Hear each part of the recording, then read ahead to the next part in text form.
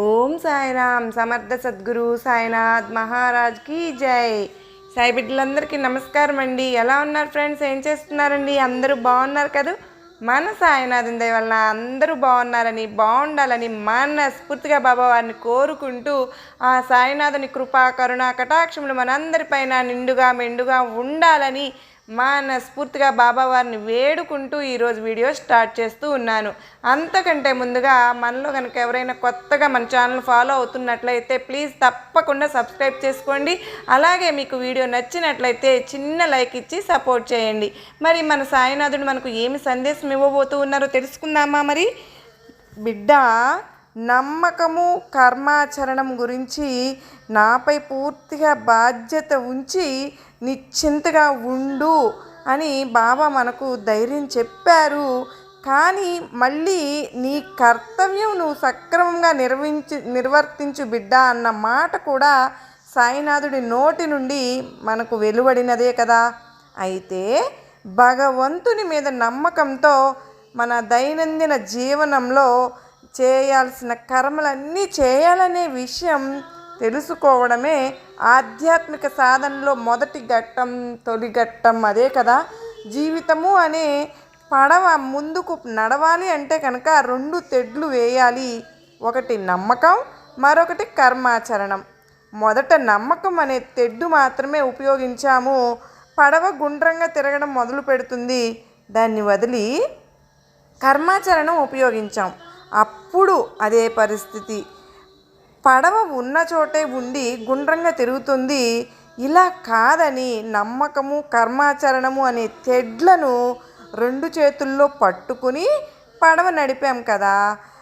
తిన్నగా పడవ ముందుకు దూసుకుపోయి గమ్యం చేరిపోయింది. జీవితము అనే నౌకలో కూడా భవసాగరాన్ని దాటాలి అంటే కనుక మనము భగవంతునిపై పూర్తి నమ్మకంతో కర్మను ఆచరిస్తూ ఉండాలి. అంటే పని చేయిస్తున్నది సాయినాథుడే, నేను బాబా వారి చేతిలో కేవలం ఉపకరణాన్ని మాత్రమే అని భావించాలి ఫ్రెండ్స్.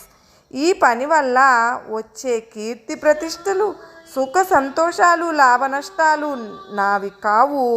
సాయినాథుడే నా రక్షకుడు, చోదకుడు, ప్రభువు అనే సంపూర్ణమైన నమ్మకం మనందరం బలపరుచుకోవాలి.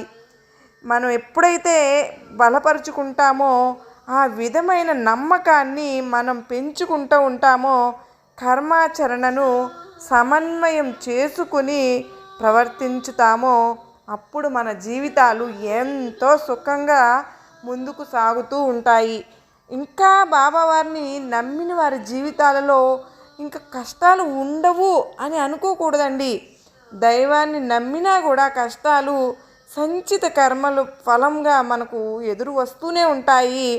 కానీ మనం దైవాన్ని నిజంగా కనుక మనం సాయినాథుని కనుక మనం నిజంగా నమ్మినట్లయితే సాయినాథుని లీలలు అర్థం చేసుకోగలం.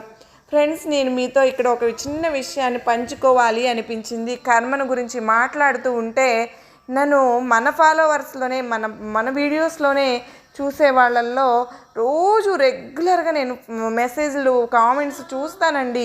అయితే చాలామంది బాబా షిరిడీకి మమ్మల్ని రప్పించుకో తండ్రి, నేను చూడాలని ఉంది అని పెట్టేవాళ్ళ మెసేజ్లు చూస్తాను.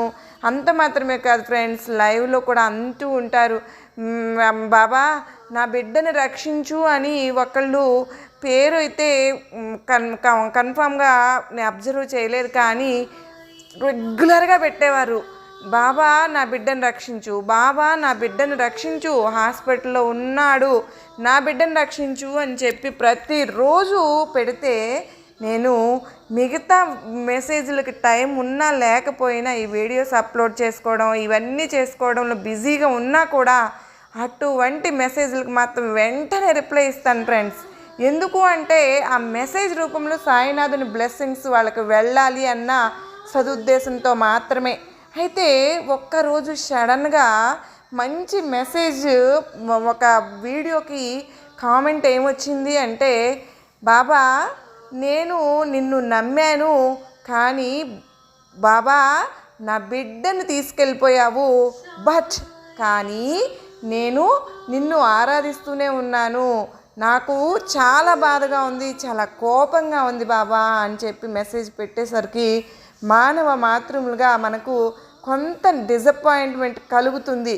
కానీ వాళ్ళకి తెలుసో లేదో నేనేమి రిప్లై ఇవ్వాలో నాకు కన్ఫ్యూజన్ అయిపోయి అసలు ఏం చెప్పాలో నాకు అర్థం కాలేదు. కానీ ఆన్సర్ నాకు తెలుసు. అయితే వాళ్ళు అర్థం చేసుకునే వాళ్ళు ఏ పరిధిలో ఉన్నారో, ఎలా అర్థం చేసుకుంటారో అని చెప్పి మళ్ళీ యాజ్ ఇట్ ఈజ్గా నేను సాయిబాబా అని మాత్రమే రిప్లై ఇచ్చాను ఫ్రెండ్స్. ఎందుకు అంటే అర్థం చేసుకునే విధానంలో మార్పులు ఉంటాయి. నాకు తెలుసు సాయినాథుడు వాళ్ళకు మంచే చేస్తారు ఖచ్చితంగా అని చెప్పి నాకు వెంటనే షిరిడీలో జరిగిన నాకు తెలిసిన సన్నివేశం గుర్తొచ్చిందండి. బాబా వారు శరీరంతో ఉన్నప్పుడు చాలా సన్నిహిత భక్తులు వాళ్ళ బాబు షిరిడీలోనే బాబావారి దగ్గర పెరిగే బాబు, ఆ బాబు పేరు కూడా బాబునే అని పిలిచేవారు సాయినాథుడు. ఆ బాబు బాబావారి దగ్గర వదిలిపెట్టి వాళ్ళ పేరెంట్స్ ఇంటికి వెళ్ళిపోయి చాలా నెలల తర్వాత వచ్చారు. ఆ బాబుని సాయినాథుడు ఒకసారి వికటజీవిగా అయిపోతే వాళ్ళ పేరెంట్స్ ఎంతో బాధగా వచ్చి బాబా నా బిడ్డని రక్షించలేదు అని చెప్పి చాలా బాధపడ్డారు ఫ్రెండ్స్. బాధపడినా కూడా బాబావారి మీద నమ్మకంతో తల్లి తండ్రి నువ్వే కదా తండ్రి, నీ దగ్గరికి తప్ప మేము ఇంకెక్కడికి వెళ్ళగలుగుతాము అని చెప్పి అనుకుని బోర్ని ఏడుస్తుంటే ఎందుకు ఏడుస్తున్నారు, బాబు ఎక్కడికి వెళ్ళాడు, నా గుండెల్లోనే చేరాడు, బాబు చాలా గొప్ప స్థితిని పొందాడు, తన కర్మఫలం వల్ల జన్మ తీసుకున్నాడు, తన పని అయిపోయింది, ఆ జన్మ మంచిగా ఇంకా తను వచ్చిన పని ఇక్కడ ఇంక ఏం లేదు, చాలా మంచి స్థితికి వెళ్ళాడు, మీరు బాధపడవలసిన అవసరం లేదు అని చెప్పి బాబావారు చెప్పడం జరిగింది. అయితే వాళ్ళ పేరెంట్స్ వెంటనే కూడా బాబావారిని అవునా అని చెప్పి ఇంకా ఎప్పుడు కూడా ఆ టాపిక్ అనేది తీసుకురాలేదు ఫ్రెండ్స్. ఎంతో ఇంకా బాబావారికి దగ్గర అయ్యి బాబావారి దగ్గర వాళ్ళ జీవితాన్ని చక్కగా మంచిగా నడుపుకున్నారు. అలాంటి నమ్మకం ఉండాలి. నాకు అదే గుర్తొచ్చిందండి. అంతా బాబావారి మీద మన భారాలను వేసినప్పుడు మనకి ఏం జరిగినా కూడా సాయినాథుడే కదా మనకు చూస్తారు అన్న నమ్మకం మనకు ఉండాలి. మనం అప్పుడే ముందుకు వెళ్ళగలుగుతాము. మనం అనుభవించేది ఏదైనా కూడా ఏది తెలిసి కూడా రాదు. ఒక్కసారి మనం పడితేనే కదా తల్లి ఇకపై ఎలా నడవాలో, ఎలా ఉండాలో, ఎవరిని నమ్మాలో, ఎంతలో ఉండాలో, ఎంతలో ఉంచాలో కూడా తెలుస్తుంది.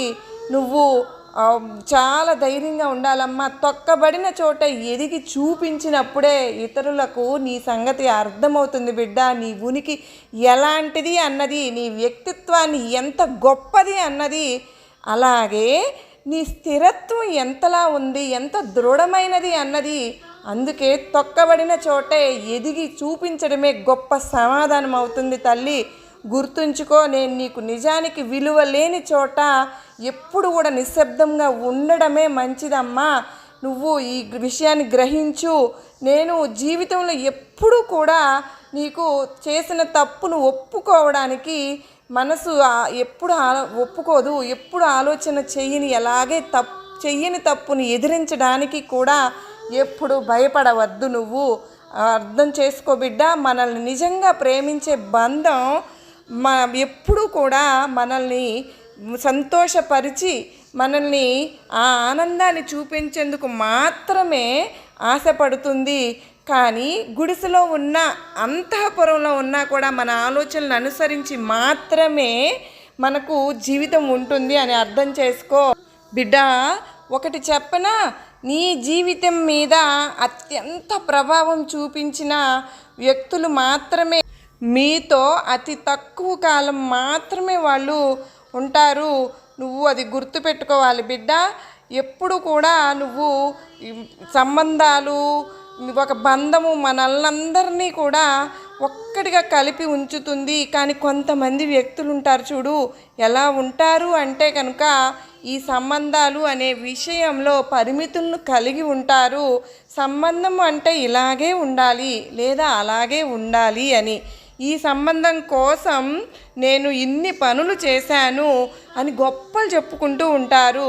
నువ్వు అలాంటి వాళ్ళ జోలికి వెళ్ళొద్దు, బదులుగా వారి మీద ఆశలు కూడా పెట్టుకుంటారు. కానీ నిజం ఏమిటి అంటే ప్రతి సంబంధం ఒకలాగా ఉండదమ్మా. నీ ప్రవర్తనను మార్చుకోకుండా నీవు ఇతరులకు క్షమాపణ చెప్పడం అనేది ద్రోహం మాత్రమే అవుతుంది.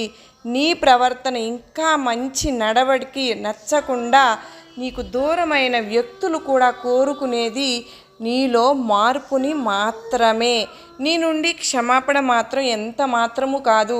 తెలియని భవిష్యత్తు, అర్థం కాని జీవితం, నిద్ర పట్టని రాత్రులు, గడిచిపోతున్న రోజులు అయినా కూడా ఏది కొత్తగా లేదు. అవునంటావు కదూ. ఇతరులు ఈర్ష్య పడేలా బ్రతకవలసిన అవసరం లేదు బిడ్డ. కన్న వాళ్ళని, కట్టుకున్న వారిని, నిన్నే నమ్ముకున్న వాళ్ళని, నీకోసమే బ్రతుకుతున్న వారిని మోసం చేయకుండా, కష్టపెట్టకుండా బ్రతికితే చాలు. గుర్తుంచుకో తల్లి, నీకు నా ఆశీర్వాదములు ఇస్తున్నాను బిడ్డ అని బాబావారు చెప్తూ ఉన్నారు. ఫ్రెండ్స్, ఈ వీడియో మీకు నమ్మకాన్ని, ధైర్యాన్ని కలిగించిందని అనుకుంటున్నాను. మీకు నచ్చినట్లయితే మరికొంతమందికి షేర్ చేయండి. మరలా మరో చక్కని బాబావారి సందేశంతో మరలా కలుసుకున్నంత వరకు అందరికీ నమస్కారం అండి. ఓం సాయిరాం. సర్వే జనా సుఖినో భవంతు.